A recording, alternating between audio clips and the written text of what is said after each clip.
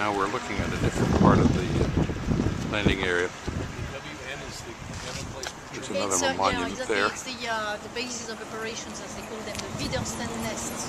It says to the National Guard of the United States. And there is a town in Virginia, I forget the name, where they sent something like 56 National Guard troops. And something like 35 of them were killed at this site. Largest number of casualties in a single town in the United States. In any case, also, this is where the American Mulberry Harbor was, where they sank these big cement caissons into the ground and then were able to put tracks on top of them so supplies, trucks, tanks, and so forth could be brought ashore. Unfortunately, on the 17th of June, the worst storm almost in the history of this area came through, totally destroyed the American Mulberry Harbor. And the British Mulberry Harbor, you can't really see it from here, it was way down there. Theirs survived, somewhat damaged, but it did survive. Our engineers did not connect our Mulberry Harbor together properly, which is why it didn't survive. Nice work. We're in the American cemetery, one of two in this area of Normandy or France. There are 9,300 soldiers buried here. These are the soldiers whose families did not request specifically that they be brought back to the United States for burial. There's also about 1,500 unknown soldiers buried separately.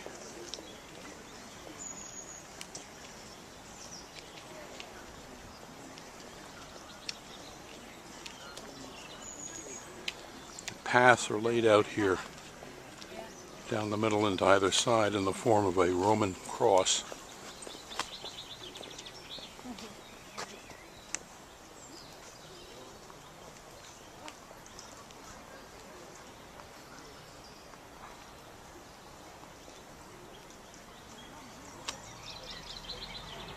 It's depressing to look at this and think that every one of these crosses represents somebody's father, son, husband, brother.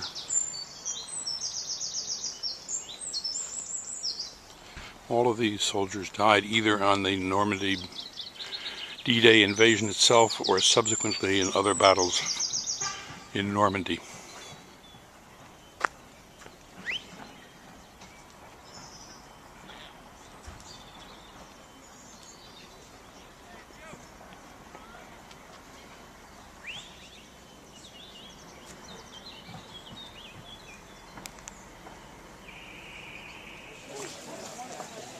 And there is a statue,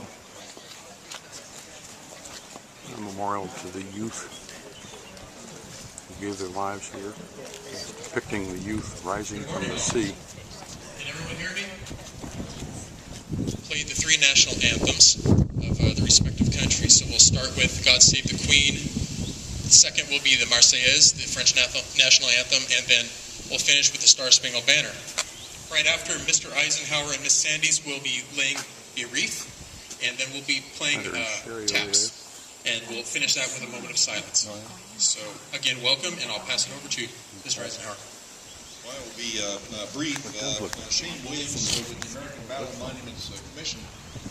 My grandfather, in the 1920s, came to know the battlefields of Europe in the places where, in fact, World War II would be fought. As a member of the American Battle Monuments Commission, then serving under General Pershing, putting together the guidebook for American tourists in Europe. My father took me on a tour of those sites about 12 years ago. I won't film all of this ceremony. Gave one of the most important performances of his life at this site. He taped D-Day plus 20 in 1963 and spoke at the meeting of the sacrifice of these individuals. I think all of us have a personal response. My response today, I am almost speechless, but not quite.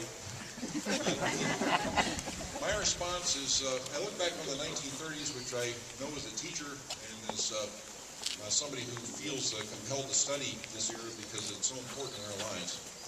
And I remember that the decade was called by William Shirer the Nightmare Decade.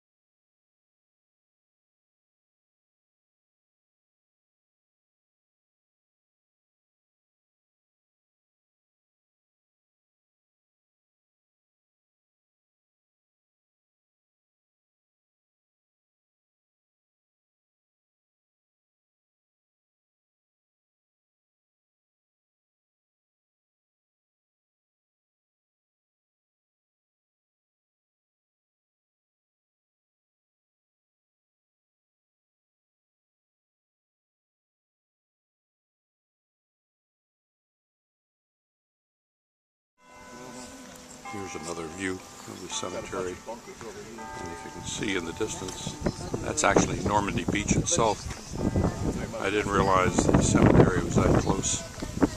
I hate to take my hat off for the picture. Yeah, like that. God, it's nasty out here. Yeah, take a quick picture.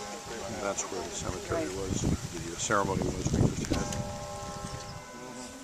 Here's another view of the cemetery, and if you can see in the distance, that's actually Normandy Beach itself.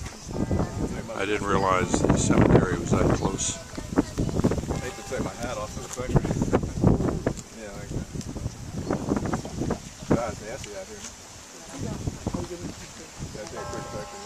Yeah, And that's where the cemetery was, the ceremony was we just had.